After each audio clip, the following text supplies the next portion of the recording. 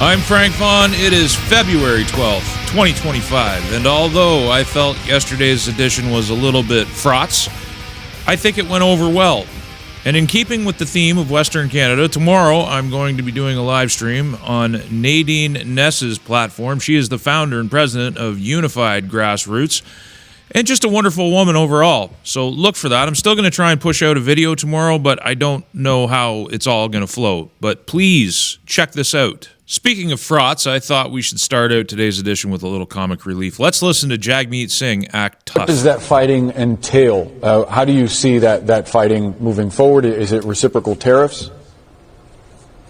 Yeah, the first step is going to be dollar for dollar retaliatory tariffs.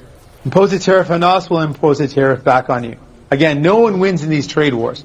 But this is not a fight that we wanted to pick. We were happy to continue to have a strong relationship. Donald Trump has picked this fight, so we're going to fight back. We just announced today, what I would do is put in place a 100% tariff on Tesla, directly targeting Elon Musk. Because Elon Musk is proudly touting this idea of the 51st state, so let's hit back at Elon Musk. I've also said we should shut down the supply of critical minerals. Another move that directly targets Elon Musk and his Tesla company. The batteries that he needs require these critical minerals.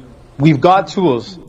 Oh, we got tools, all right, and Jagmeet is one of them. Now, let's just get the most important fact out of the way right off the hop. Jagmeet is irrelevant. His party is set to be wiped out whenever we get an election, so the only power he has is the power he exercises today.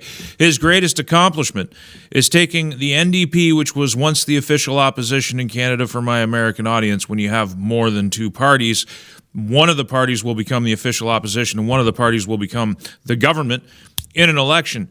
Jagmeet Singh took that party, he bankrupted it. He did show how a motivated group of people can take over a federal party, mainly the Sikhs, and specifically the Khalistani Sikhs. Part of the terrorism problem we have is embedded in Khalistani separatism, how they can take over a federal party and bankrupt it in one swift action. So the only power this guy has is the power he has today. Canada has a minority government, even though Trudeau behaves like a dictator, even though the Liberal Party behaves as though they are the natural governors and almost monarchists who rule this country. They need this man's support to stay in power. Now, he has promised to trigger an election at the next available opportunity. The problem is he's promised this about a dozen times, and he always goes back on it because he understands as soon as an election is triggered, he loses his wage. Now, because Canada's foolish, we have given this man a pension for life. So even though he's wiped out his political party, Canada will be paying for him until the day he's back in the ground. This country is so backwards.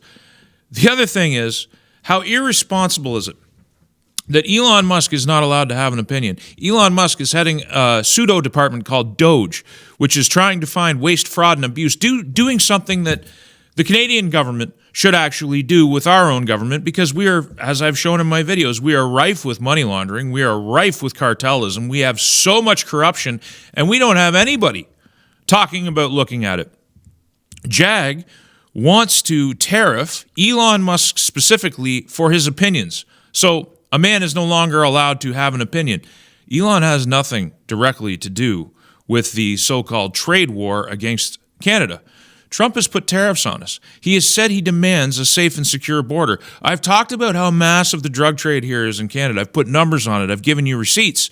Jagmeet doesn't talk about that at all. He just talks about destroying the Canadian economy. The things that he's suggesting, cutting off energy supplies to the United States, will backfire on us massively. He is probably a more destructive force in this country than Justin Trudeau. He is certainly more incompetent. He is certainly more hypocritical than Justin Trudeau. He is Justin Trudeau's plaything, and he's not going to be around. His party is going to be wiped out. I should have probably opened with this because it's the most important news to come out since yesterday. Former senior Mountie Kevin Brosseau appointed as Canada's fentanyl czar. Now, this is our state media. The federal government appointed former Mountie Kevin Brosseau as Canada's new fentanyl czar on Tuesday, a role created in part to soothe U.S. President Donald Trump's concerns about the northern border and pause developing trade war. Soothe his concerns like he's some kind of baby. This is how they word things. It's very subtle propaganda. You know, if you've been watching my video, I have highlighted that you can express the drug export business in Canada as a percentage of our GDP. 83% of Australian methamphetamine comes from Canada. Hundreds and hundreds of millions, billions of dollars a year are tied to crime in this country. I've put the numbers on it in my video work. Go watch it. It's timeless. But the part that you should pay attention to if you are an American and if you're Donald Trump is Brosseau served in the RCMP for over 20 years, including as deputy commissioner and as commanding officer in Manitoba from 2012 to 2016. He also recently served as deputy national security and intelligence advisor to Trudeau, where, according to the PMO, he navigated Canada's most sensitive security challenges. So you need to know that Brosseau, in spite of having perfectly good eyesight, is blind, because underneath his nose, this problem that I'm talking about has blossomed into a national security crisis for the United States.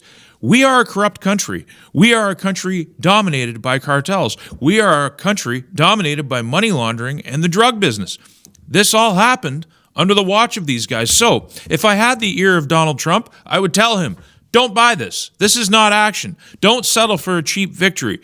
You need to put the screws to Trudeau, because this country will never fix itself. This country will never change. We will never see a degree of improvement without outside pressure or massive internal disharmony. While Trudeau and Singh and their buddy Doug Ford surround themselves with more of the corruption that has led us into this situation, trying to fool the Americans by looking like they're doing something, which they will not be fooled this time, the Americans themselves are consumed with more important work, like ending the constant parade of faggotry, which has taken over everything. This insanity here is being replaced by this.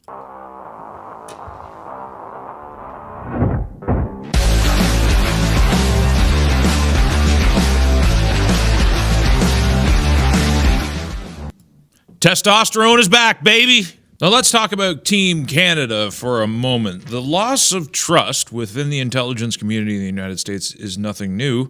This was from September 17th, 2021. Canada's exclusion from Three Eyes only confirms what was already the case. Now, they talk in the article about the exclusion being down to the fact that Australians are better represented in Washington at key national security institutions and frequently bring useful and actionable intelligence to the table. Ottawa cannot boast the same. So the article wants you to believe that this is because Ottawa isn't as strong an advocate for its own interests at the U.S. table.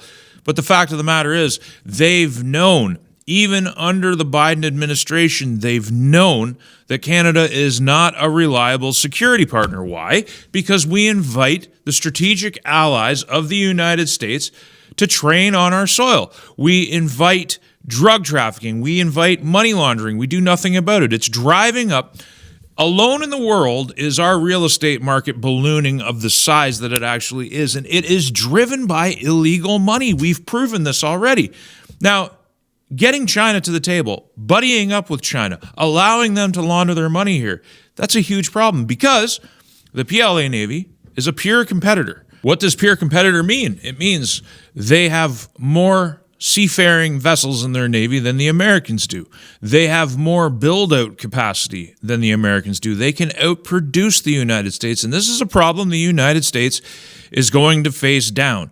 Now, one advantage that we have in the hope and pursuit of world peace is that China and the United States are very dependent on each other, and they might be able to work out their problems and exist in a multipolar world where each recognizes the sphere of interest of each nation. We don't have to live under a communist dictatorship.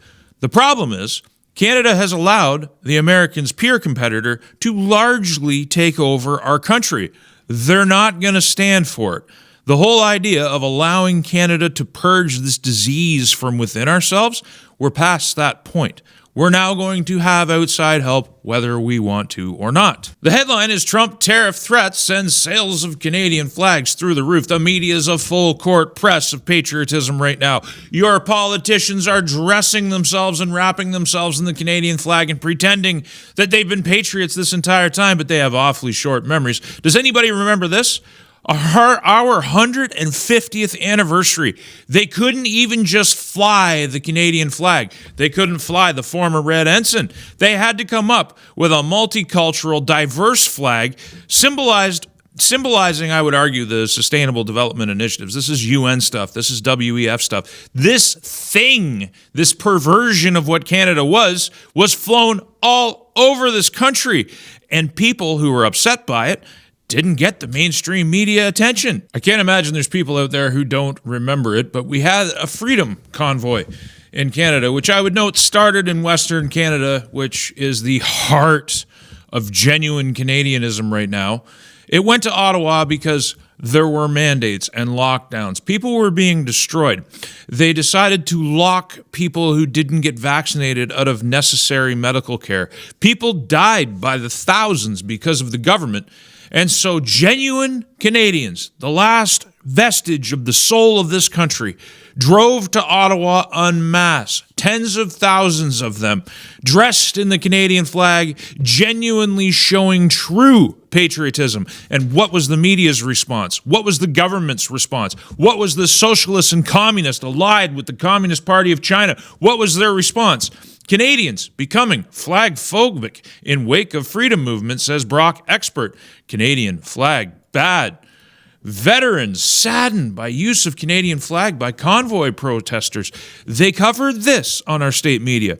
They didn't cover the fact that there were hundreds of veterans present for the Freedom Convoy. Hundreds of veterans in groups and organized who thought the mandates, who thought the mandatory vaccination, the lockdowns, the destruction of people's lives was egregious, that it was against the founding principles of the country, that it was an offense to the military victories that we fought in Europe under the Red Ensign, not under the Canadian flag that we have now that they're demonizing, but under the Red Ensign, to defeat the Nazis. They thought it was a bad idea. These were people who remembered a legacy of anti-communism and anti-fascism.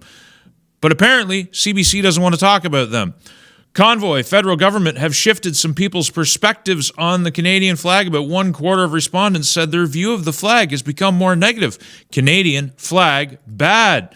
Debate over Canadian flag resumes as convoy protest returns to Ottawa. It never actually left at this point, but I digress. Canadian flag bad. And now let's go to the Piece de la Résistance. This was a national outrage. Again, for those of you who are outside the country, this is Terry Fox. This man died of cancer, jogging across Canada, lost a leg, kept jogging, raising money. There's a Terry Fox Foundation now, which helps kids who have suffered from cancer. A Canadian hero. He's on our $5 bill now. Did you know that? He's on our $5 bill. They put a Canadian flag on him. They put a hat, a hockey hat on him, a Canadian flag through his arm, and a sign that says, mandate freedom. This was sacrilegious, according to the media. There was outrage everywhere by the left and by our government and by our media institutions saying that this was desecration of a national monument. But recently, we had this. Wait a second, we got to get this out of the way first. The same statue with Palestinian flags draped all over it, taken over in the same way. There wasn't a lick of outrage in this country that achieved attention by the mainstream media, that achieved attention under the government. They have no problem with this happening on an almost weekly basis in the name of a country that has nothing to do with Canada.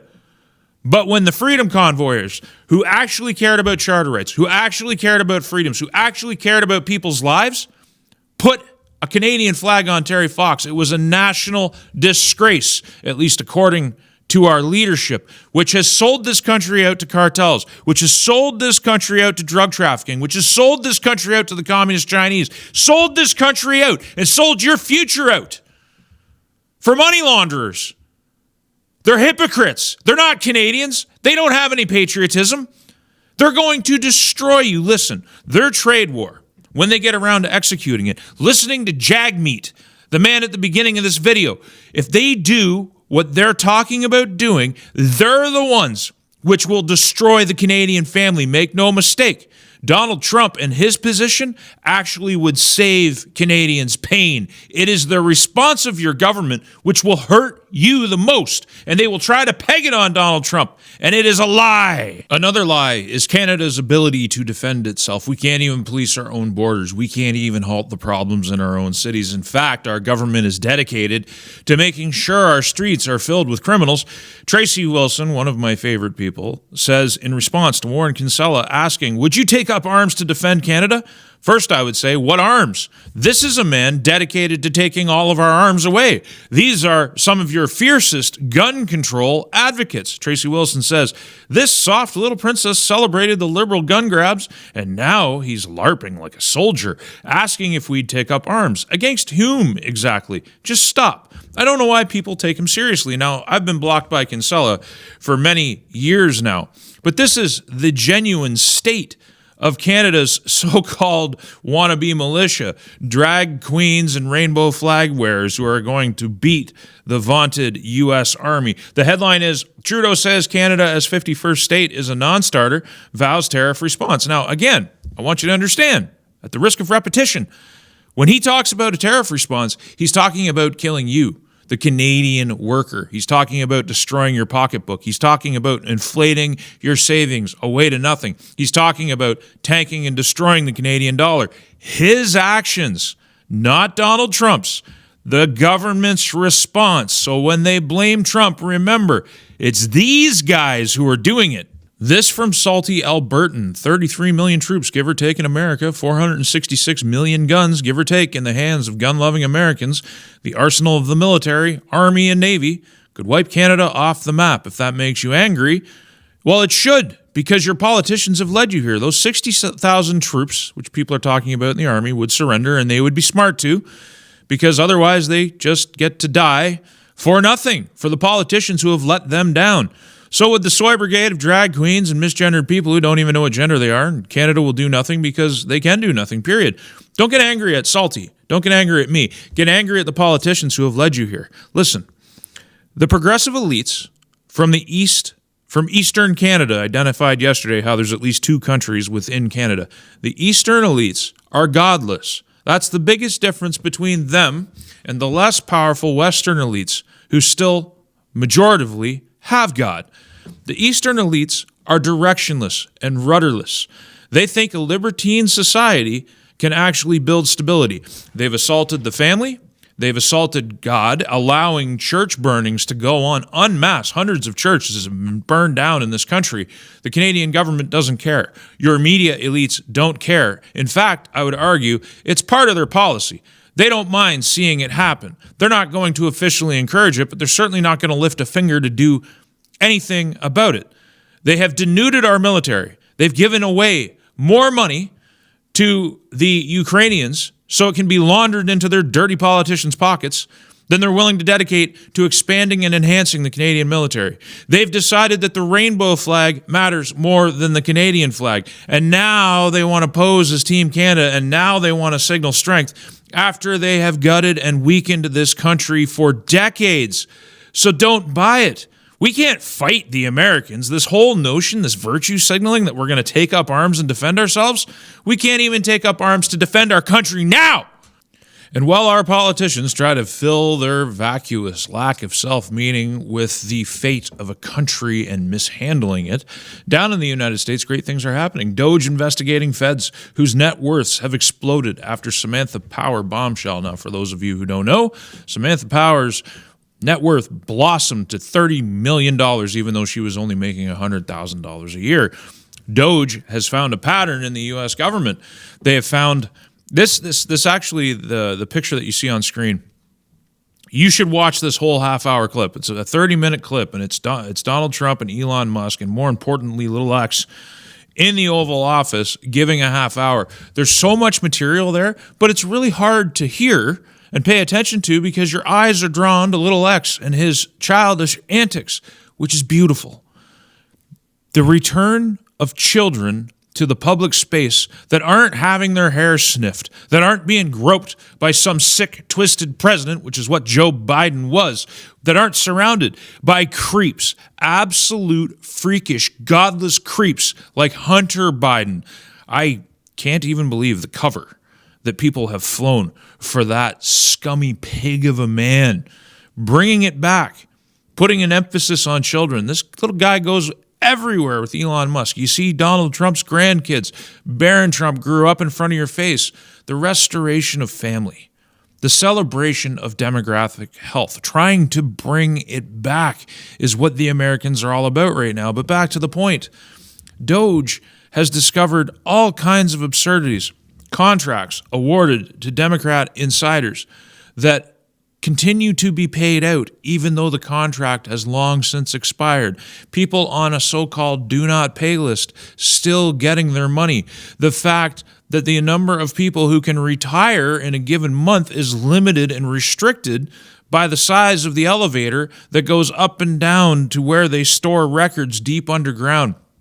The people who have taken jobs under the government administration, like Samantha Power, who had a salary of under $250,000 a year, but her net worth exploded to $30 million despite that. They're finding all kinds of things. Wouldn't you like to see this for Canada? Wouldn't you like to see the waste, fraud, and abuse, not just of Global Affairs Canada, which we've been talking about, how they wipe their website and how they're funding things like gay pride parades in other countries and all kinds of absurdities? It goes so much deeper than that. Even Pierre Poilievre isn't talking about a full audit of the federal government. Nobody seems to want to do to Canada what is happening in the United States. And we should want this. Anybody who would dare put their hand on the Canadian flag and pretend to be a patriot should really want to root out the godless corruption that is running this country. But we're not doing that. Instead, they're uniting around a plan to completely destroy your life and your livelihood and whatever vestige of family we have left through a war against the United States, which we can't win, which we shouldn't even dare prosecute, all because they asked us to stop killing their people through our drug trade. One of the things in Canada that is broken most horribly is our healthcare system. This comment has been sitting on my desktop for a while, and I've been wanting to read it, so here we go. This is Laura in Alberta. I am sorry about your friend. I had lost my mom in the most shocking, unforgivable, torturous way during COVID mania from doctors simply ignoring her unbearable pain. I talked earlier about the people, the law, the system, the lockdowns, the mandates, killed in this country, killed, practically murdered. By the time one ER doctor finally sent her for tests, she had 3 massive cancers in her lung and it went through her body. These are things that went undiagnosed for thousands of Canadians. By that time, she couldn't even walk and they hospitalized her only because she blew up with jaundice. We couldn't even see her because COVID. When her first oncologist appointment came, it was during a February blizzard, -40. They refused an ambulance with no help, no pain meds, no fluids. Her 70-year-old friend had to pick her up, get her to her car as my mom cried in pain, drive 4 hours in the storm. No one helped them into the office as mom and friend fell several times. One of the biggest tragedies of Canadian healthcare is how impersonal it is. My old doctor in Ontario, he wouldn't even make eye contact with me. Not the one I finished with, the one I had since I was a child, based in Port Hope. He didn't even make eye contact. When you went in his office, he sat there behind his laptop. He didn't look at you. He didn't examine you. And he had the audacity to bill for that service, and bill the taxpayer. Hours later, the doctor said she wouldn't survive more testing because her lung had collapsed. They decided to keep her in the hospital to stabilize her. 10 hours wait with her friend, slapping her face to force her to breathe. No pain meds, fluids, food. They got her a bed at midnight. Her friend was told to leave because COVID. They begged for her to stay. Even gowned and masked, they forced her out. We got a call at 3 a.m. A doctor was there and mom screaming she wanted MAID, medical assistance in dying. Canada kills its patients officially now. I've read stories about people on waiting lists being offered this as a healthcare solution. Just go die. That's healthcare in Canada. Right then, she couldn't take another moment of pain. We begged him to make her comfortable till the sun came up and we could fight the storm for a 4-hour trip. And with my dad, who had dementia, and my disabled sister, they agreed. But at 8 a.m. I called to tell them we were leaving. The nurse froze. Hadn't the doctor called us? Don't leave until he calls you. 2 hours later, we find out she's dead. No answers as to how. Trying to get any info was met with get a lawyer. Heartless. Demonic! I've lost 2 more family to MAID since because of inaction in diagnosis and care. You often just have a right to sit on a waiting list. This stupid talking point. Bernie Sanders and other politicians in the United States talk about that Canada's healthcare is free. It's some of the most expensive healthcare in the world. It is the most backwards healthcare in the world. Of those who provide universal coverage, we do it worse. You pay for a very expensive wait list. Oftentimes, you get to sit and die on it. I have a knee problem. I was run over by a forklift 25 years ago. I was having some serious issues with it a few years back. This was in pre-COVID times. I wanted to get an appointment with a surgeon who could look at the imagery and tell me what my options were. I had to wait over a year. And by the time I get the consultation with the surgeon, I go into this waiting room. There are people everywhere. Then I get ushered into another room. There's people in beds everywhere. This guy comes in with his slick seersucker hair and the dude, my read, was pure narcissist. He didn't care. And so he comes in and he says, okay, what do you want? And I said, well, I want an opinion as to what this is. He's like, well, most of the time when people come and see me, they know what kind of surgery they want. So what kind of surgery do you want? I said, I'm here for an opinion. I don't necessarily want a surgery. He got irritated with me. He left. One of his medical aides came in. I had to talk to him. And at the end of the day, I walked back to Union Station, got on a train, and went back to my house. I gave up. We pay enormous amounts of money through taxation so that we can give up on trying to pursue health care. Now, I have a great doctor now. His moral philosophy is on point. I haven't actually seen him yet, admittedly, and maybe I should. So it's not every doctor in this country is a morally bankrupt individual. But this is the state of our system. Canadian healthcare and government can kiss my backside. Our family fell apart. She was the caregiver to my dad, my disabled sister, and she provided live-in care to another to pay their bills. Dad lost his home and his wife, and now I have them living with me. I'm 60 and on disability for severe arthritis. If this was what my mom and dad and I paid a lifetime of taxes for, and what socialized medicine is in a G7 country, they can shove it.